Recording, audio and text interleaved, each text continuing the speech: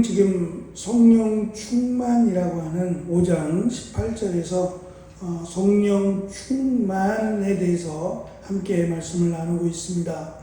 이 성령이 충만하다라고 하는 것은 가장 먼저는 여러 가지 변화가 있는데 그 첫 번째 변화가 예배에 대한 변화입니다. 특별히 19절에서는 세 가지로 서로 이야기하며 노래하고 찬송하다라고 하는 세 개의 그 진행형으로 만든 동사가 있다 그랬습니다. 이 동사들은 전부 예배와 관련된 동사들이고 이 예배를 하나님 앞에 드리는 일에 힘쓴다라고 하는 변화입니다. 그런데 특별히 이 변화가 서로 이야기하며 서로 화답하며 라고 번역하고 있는 이 단어가 교회 안에, 당시 에베소 교회 안에 이방인 기독교인들도 있고 또 유대인 기독교인들도 있습니다. 이들이 한 마음이 되어서 함께 하나님 앞에 예배드리기를 기뻐한다라고 하는 변화입니다. 이것이 성령 충만이기도 하고 또는 성숙한 또는 자라나는 그런 믿음이라고 사도 바울은 강조합니다. 그 두 번째로 성령 충만의 변화가 바로 감사한다라는 겁니다. 이 단어 역시 진행형으로 되어 있고 예수님이 다시 오실 때까지 우리가 예수 그리스도를 믿음으로 시작이 되었고 예수님이 다시 오실 때까지 우리는 항상 늘 감사할 수 있어야 한다라고 강조합니다. 여기서 말하는 항상이라고 하는 것은 예배 때만을 의미하지 않고 우리의 일상 속에서 어느 곳에 있든지 항상 감사해야 된다라는 것을 의도적으로 강조합니다. 우리가 잘 아는 데살로니가전서 5장 18절의 말씀에도 항상 기뻐할 것을 강조하고 있지요.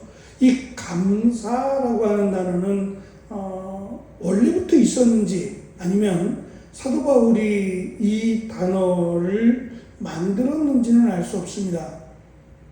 근데 이 단어가 두 개의 단어가 합해진 합성어라고 말씀을 드렸고 가장 크게 가장 이루 말할 수 없을 만큼이라고 하는 최상급입니다. 그리고 기쁨이라고 하는 두 개의 단어가 함께 이렇게 어우러져서 만들어진 단어예요. 그러니까 무엇과도 비교할 수 없을 만큼 기쁘다라고 하는 문자적 의미가 있어요. 그러니까 이 감사라고 하는 것은 내가 원하고 내가 바라던 것이 이루어져서 보편적으로 감사합니다. 하지만 그렇지 않더라도 내가 바라던 것이 이루어지지 않더라도 기뻐할 수 있는 것, 그냥 대충이 아니라 가장 크게 기뻐할 수 있는 이 믿음이 바로 성령 충만이라고 사도 바울은 강조하고 있습니다. 그 이유가 주 예수 그리스도의 이름 때문입니다. 이 이름을 우리에게 주셨고 이 이름의 권세가 우리에게 있기 때문에 우리는 어떠한 경우에도 예수 그리스도를 믿음으로 감사할 수 있어야 된다. 그러니까 그 믿음이 있다라고 하는 것 자체가 성령 충만이고 그렇게 감사할 수 있는 사람이 성령 충만한 사람이라고 또 자라가고 있는 자라는 성도라고 지금 사도 바울은 강조해 주고 있습니다. 예수 그리스도의 이름으로라고 하는 이 말에는 여러 가지 의미가 담겨 있습니다.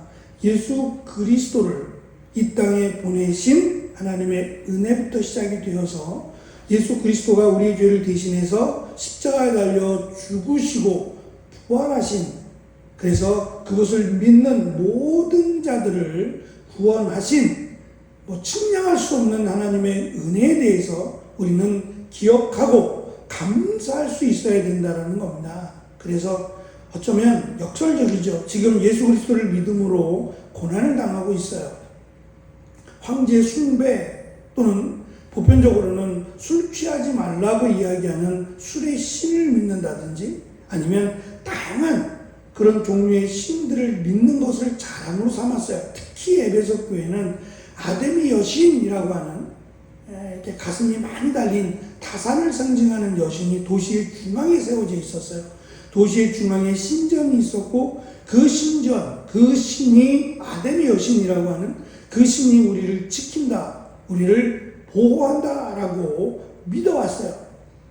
그런데 그것은 우상이다 라고 사도 바울이 복음을 전함으로 말미암아 사도 바울이 에베소 교회에서 쫓김을 당해야 되는, 죽이려고 하는 일들도 발생하려 왔습니다. 사도 바울만 그랬겠습니까?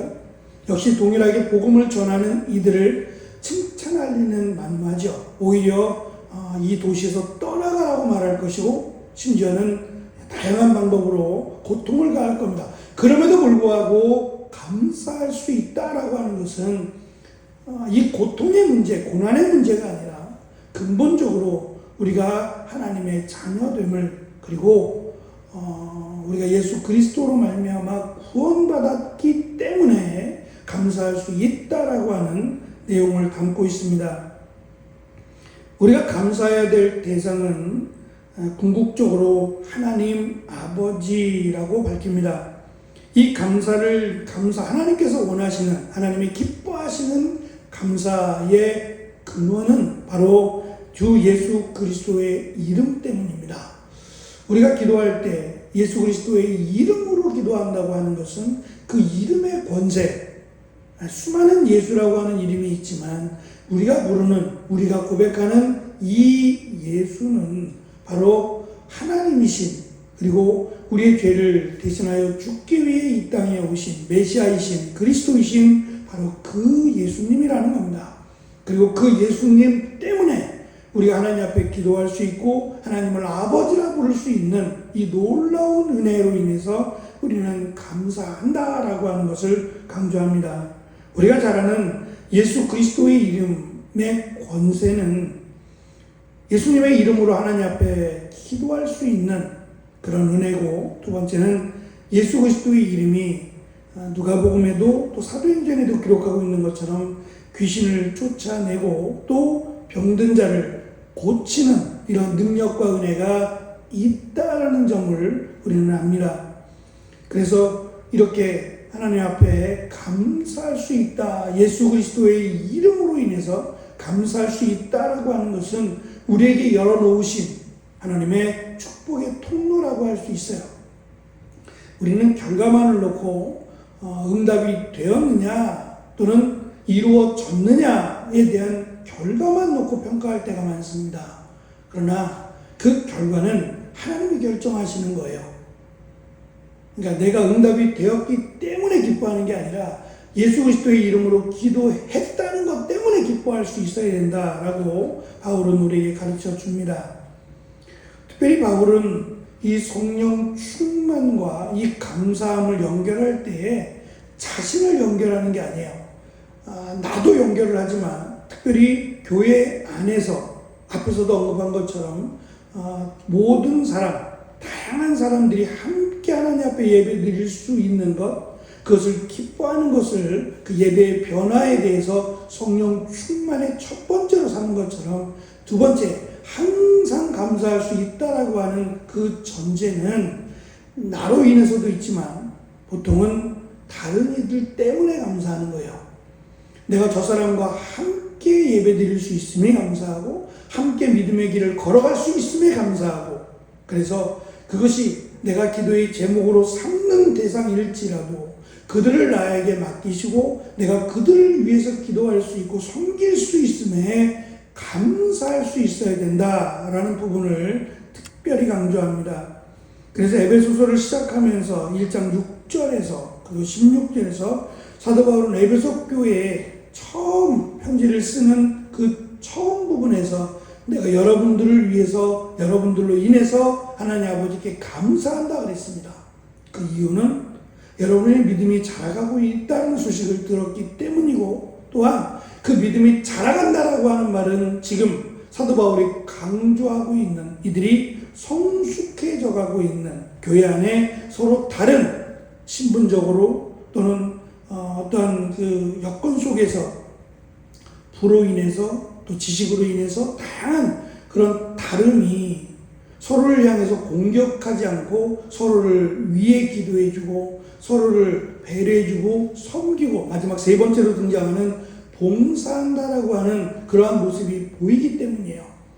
이것이 진정 사도 바울이 강조하는 성령 충만이고 또한 자라가는 믿음이라고 사도 바울은 우리에게 가르쳐 줍니다. 멀리 있는 게 아니라 내가 이 일에 기도하고 수고하는 일, 이것이 어떤 자라감과 연결되어 있다는 것도 우리에게 강조해 주고 있습니다.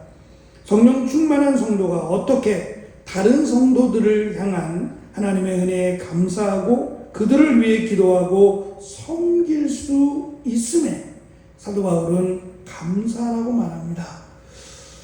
어쩌면 예수님께서 아직도 예수님을 메시아로 믿지 못하고 있는 그 제자들에게 강조하셨던 내용이 기도하라는 것이고 또 한 가지가 바로 감사에 대한 내용입니다. 물론 제자들은 깨닫지 못했기에 예수님을 버리고 다 도망을 쳤죠. 나중에 성령을 받고 나서 제자들은 자기들이 누구와 함께 있었는지 그 예수님이 누구신지를 깨달은 뒤에 얼마나 기뻐했고 또 반대로 얼마나 안타까웠을까 생각이 됩니다. 그때 조금 더 그 말씀 가운데 그 말씀대로 예수님 말씀대로 살았더라면이라고 하는 아쉬움도 있었을 거지만 그 예수님이 바로 우리와 함께 하셨고 우리의 죄를 대신하여 죽으신 분 하나님이심을 그들이 믿었을 때의 기쁨은 이루 말할 수 없을 겁니다. 그것이 자연적으로 감사로 변했을 것이 분명합니다. 우리에게 있어서 진정한 기쁨은 바로 예수 그리스도로 인한 기쁨입니다. 우리를 구원하신 하나님의 자녀로 삼으신 이 놀라운 은혜를 고백하는 한 우리는 기뻐할 수 있고 또 우리에게 허락하신 다양한 성도들로 인해서 우리는 오히려 감사할 수 있어야 된다라고 강조하고 있습니다. 성령 충만한 은혜가 우리 가운데 함께 하시기를 간절히 소망합니다. 기도하겠습니다.